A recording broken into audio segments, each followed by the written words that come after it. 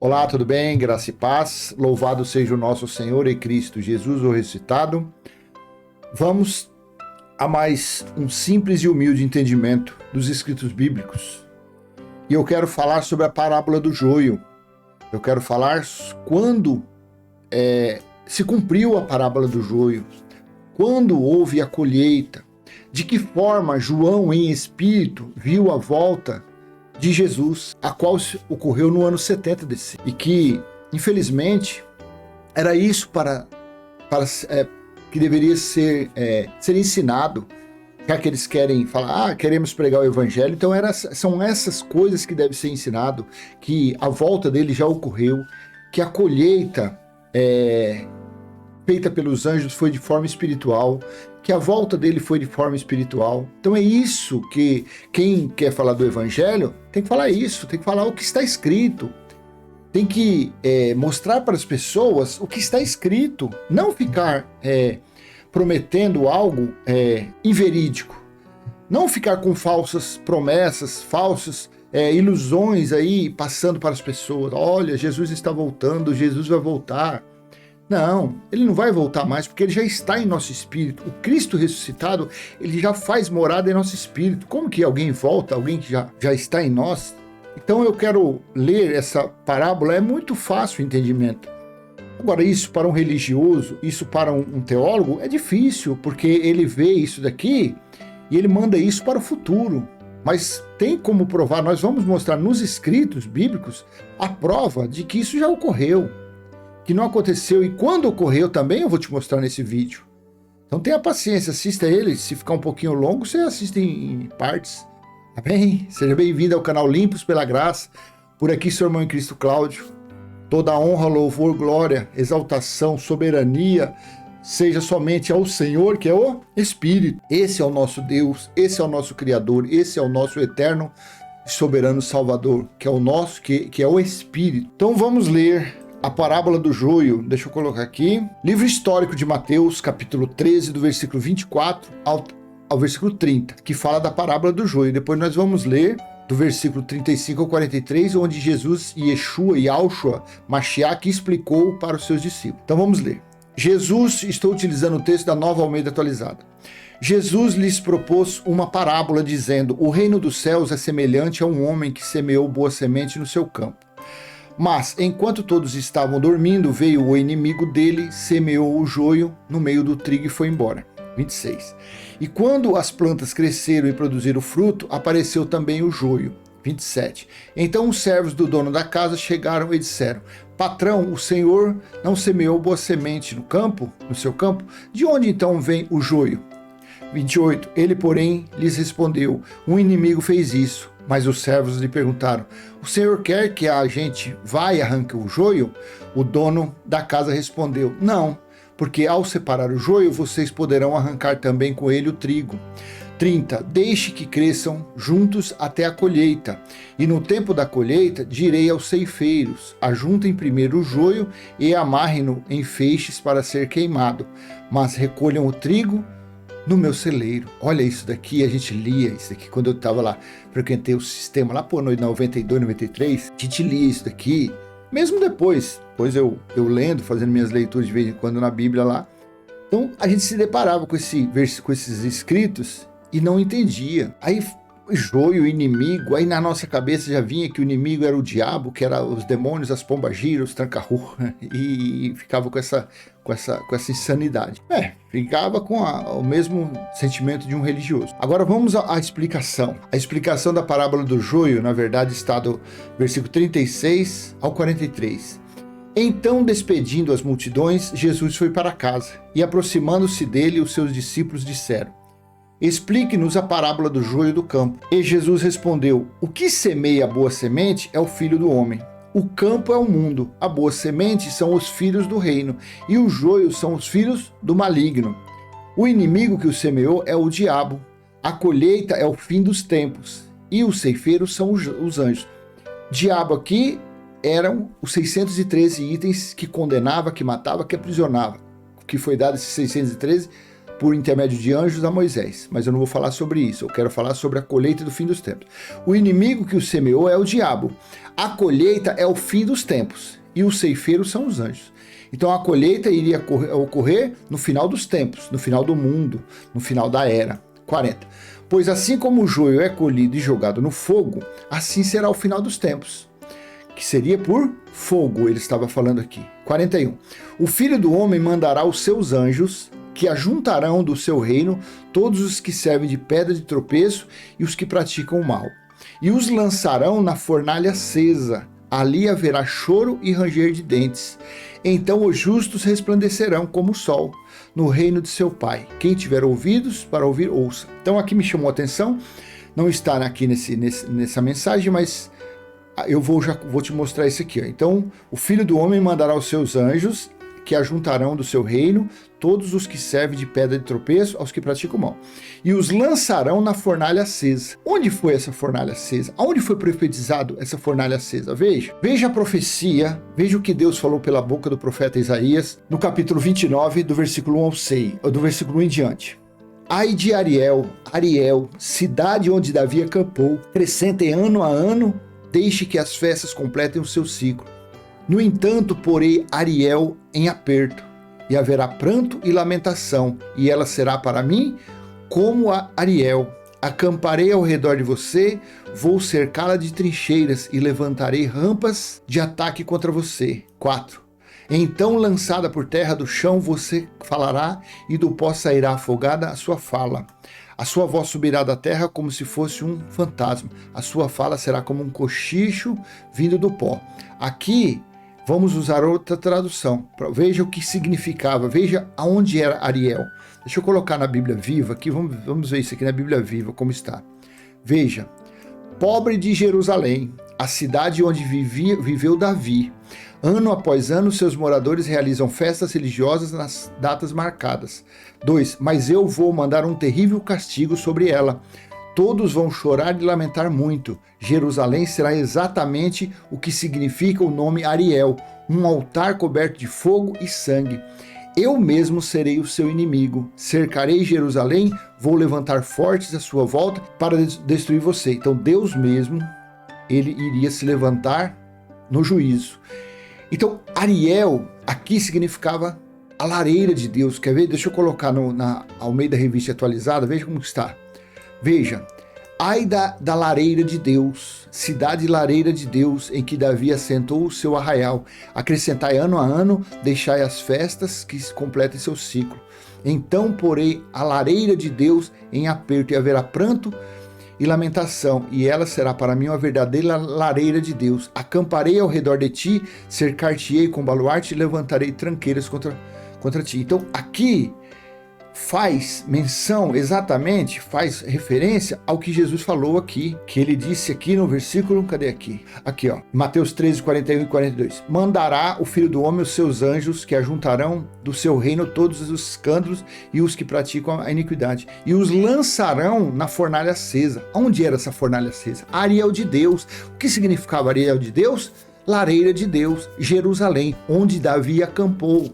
Então ali ele iria cercar, conforme a profecia de Isaías 29, Deus iria cercar ele mesmo, ele ia colocar no coração dos inimigos dos judeus para cercarem e cumprir a justiça e derramar o cálice da ira dentro de Jerusalém. E isso ocorreu, o cerco deu-se início em julho de 69 e findou em agosto do ano 70, durou 13 meses, como está escrito em Ezequiel capítulo 4 e capítulo 5, que fala sobre os 390 dias que foi cercado Jerusalém. Então essa colheita se daria aonde? Na fornalha de Deus, aonde estivesse o incêndio. E ocorreu isso no ano 70 DC. Então agora nós lemos que foi o que significou a parábola e como seria a colheita. Que ele, no final dos tempos, ele mandaria os seus anjos para fazerem a colheita, que ele disse, então aqui no versículo 41, mandará o Filho do Homem os seus anjos, que ajuntarão no seu reino todos os escândalos e os que praticam a iniquidade, e os lançarão na fornalha acesa. Agora, onde que se cumpriu isso? Onde foi? Já se realizou? Vai se realizar ainda? Olha o cumprimento dessa fala dele aqui, dessa fala. Aqui foi tirado da lareira de Deus, de Isaías, da profecia, veio e Jesus falou e se cumpriu em Apocalipse capítulo 14, do versículo 6 em diante. Vamos ler do 6 ao 20. Olha aqui onde aconteceu. João estava em espírito para escrever as coisas a respeito do dia do Senhor que havia chegado em Jerusalém. E ele falou pelo Espírito, ele estava em espírito juntamente com o Cristo ressuscitado. Vi outro anjo, ele viu, não é que ele irá vir, não foi aqui, ele falou alguma coisa para o futuro, não, ele viu o que estava acontecendo naqueles dias. Estava acontecendo durante o cerco de Jerusalém, estava acontecendo durante o juízo, durante o dia do Senhor que havia chegado.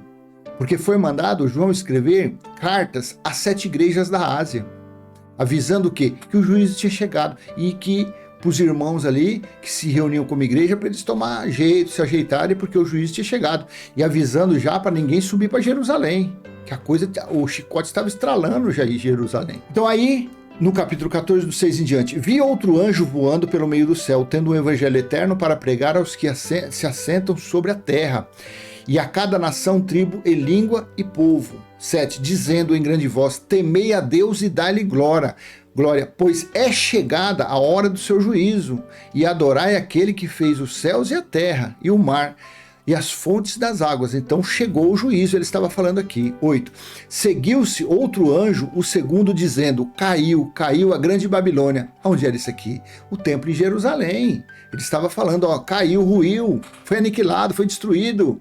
Não sobrou nem os alicerces, a grande Babilônia, a prostituta.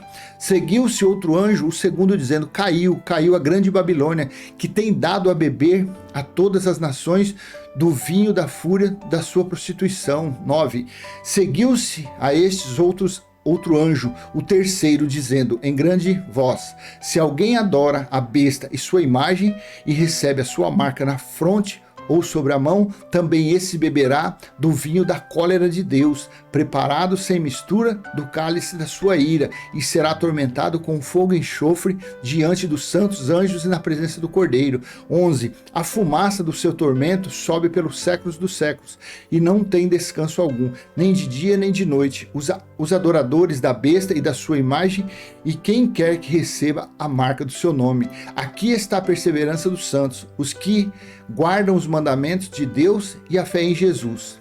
13. Então ouvi uma voz forte do céu dizendo, escreve, bem-aventurados os mortos que desde agora, ou de agora em diante, morrem no Senhor. Sim, diz o Espírito, para que descansem de suas fadigas, pois as suas obras os acompanham. 14. Olhei e eis uma nuvem branca, aqui João viu se cumprir a profecia de Daniel 7. Porque lá em Daniel 7, assim foi dito, veja, deixa eu colocar aqui, em Daniel 7 foi dito assim, eu estava olhando nas minhas visões da noite, e eis que vinha com as nuvens do céu, como o filho do homem, e dirigiu-se ao ancião de dias, e o fizeram chegar até ele. Essa profecia se cumpriu exatamente aqui. Olhei e eis uma nuvem branca. João viu em espírito, Jesus voltou por sobre as nuvens de uma forma como juiz espiritual, não foi uma forma carnal. Olhei e eis uma nuvem branca, e sentado sobre a nuvem um semelhante ao filho do homem, tendo na cabeça uma coroa de ouro e na mão uma foice afiada. 15. Outro anjo saiu do santuário, gritando em grande voz para aquele que se achava sentado sobre a nuvem, toma a tua foice e ceifa, pois chegou a hora de ceifar, chegou a hora da colheita, visto que a seara da terra já amadureceu. Aqui já começou a falar da colheita lá da parábola. E aquele que estava sentado sobre a nuvem passou a sua foice sobre a terra, e a terra foi ceifada. Veja, a volta dele, o juízo, a colheita, foi tudo de forma espiritual. Ninguém viu e ninguém verá, porque já ocorreu e foi assim. 17. Então saiu do santuário que se encontra no céu, outro anjo, tendo ele mesmo também uma foice afiada. 18. Saiu ainda do altar outro anjo, aquele que tem autoridade sobre o fogo, e falou em grande voz ao que tinha a foice afiada, dizendo, toma a tua foice afiada e ajunta os cachos da videira da terra, porquanto as suas uvas estão amadurecidas. 19. Então o anjo passou a sua foice na terra e vindimou a videira da terra e lançou-a no grande lagar da cólera de Deus, da ira de Deus. 20. E o lagar foi pisado fora da cidade e correu sangue do lagar até os freios dos cavalos, numa extensão de 1.600 estádios. Deixa eu colocar aqui na Nova Almeida atualizada. E o lagar, no versículo 20, ó. O lagar foi pisado fora da cidade e correu sangue do lagar, chegando até a altura dos freios dos cavalos, numa extensão de cerca de 300 quilômetros.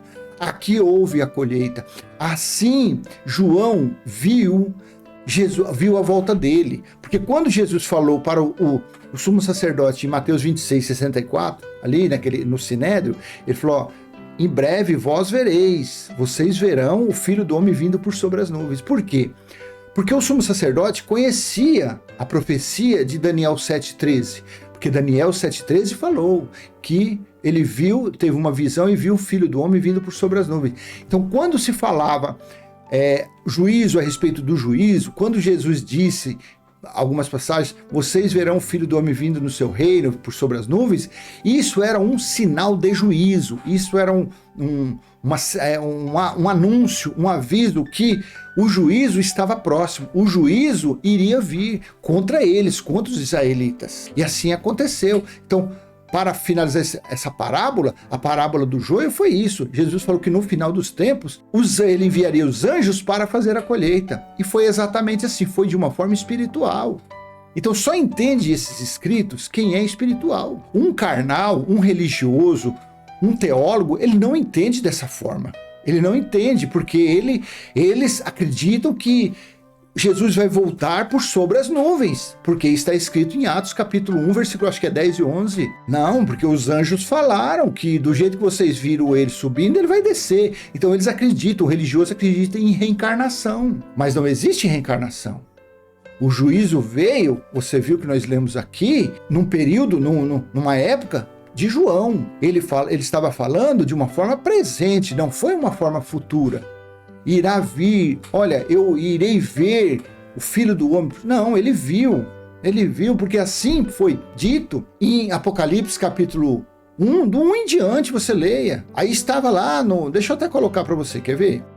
Porque assim está, ó, em Apocalipse capítulo 1, versículo 10. Achei-me no Espírito no dia do Senhor, e ouvi atrás de mim uma voz forte como de trombeta, dizendo, escreva num livro o que você vê e mande-os às 7 igrejas, Éfeso, Esmirna, Pérgamo, Tiatira, Sardes, Filadélfia e Laodiceia. Então, o dia do Senhor havia chegado. Essa voz que falou aqui com ele foi Cristo ressuscitado. João, vai escrevendo aí. Mas isso, mas como que foi isso? Foi escrito em papel, em pergaminho? Foi uma figura de linguagem?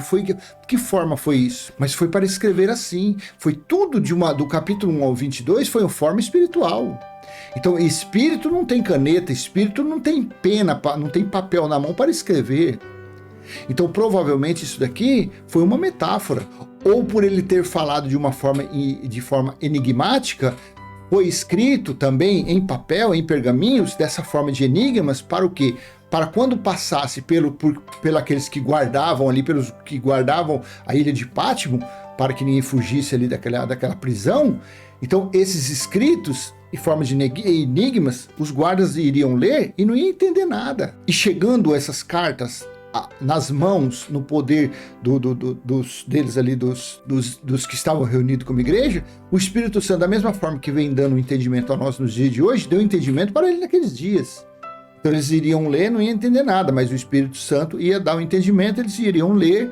Olha, chegou o juízo, o dia do Senhor tão profetizado, havia chegado. Então, quando Jesus disse aqui sobre a parábola, explicando da colheita que iria fazer, a colheita que via os anjos, o Filho do Homem mandará os seus anjos e ajuntarão do seu reino. Então, isso daqui, essa colheita feita pelos anjos, aconteceu exatamente em Apocalipse, capítulo 14, do versículo 14 em diante. Até o tema aqui, ó, nessa Bíblia está assim, a colheita do fim dos tempos. Olhei e eis uma nuvem branca e sentado sobre a nuvem um semelhante ao Filho do Homem, tendo na cabeça uma coroa de ouro e na mão uma foice afiada. Aqui foi a colheita, mas ele viu em espírito. É isso que você tem que ter em mente. O religioso fica aí olhando, sai na janela, a lua de sangue. Ah, não, então vamos passar a noite orando no monte, vamos passar a noite orando na sinagoga, na nossa igreja, porque agora vem, porque a lua virou sangue e disse lá que iria virar sangue, e eles ficam olhando. Vamos olhar, porque agora Jesus vai vir por sobre as nuvens, vai se reencarnar. Mas isso não, isso já se cumpriu. Isso não tem dificuldade alguma. Leia você aí, leia Apocalipse 14, do versículo 6 ao 20, veja se tem a mínima possibilidade disso aqui ser algo para o futuro. Isso aqui não foi presente, não foi naqueles dias? Claro que foi. Foi no juízo do ano 70, quando ele veio para julgar as tribos de Israel, para julgar os israelitas. Amém? Quando Jesus voltou para cumprir a parábola do joio, foi o tema desse vídeo. Espero ter sido útil de alguma forma. E se foi, joinha, compartilhe, se inscreva no canal. E se você acredita nesses escritos de Apocalipse que foi algo já ocorrido, faça essa oração. Pai nosso que está em nós, santificado já foi o nosso espírito. Está em nosso espírito o teu reino e já foi feita a tua vontade, assim na terra como no céu. Amém? Graça e paz, até a próxima. Tchau, tchau.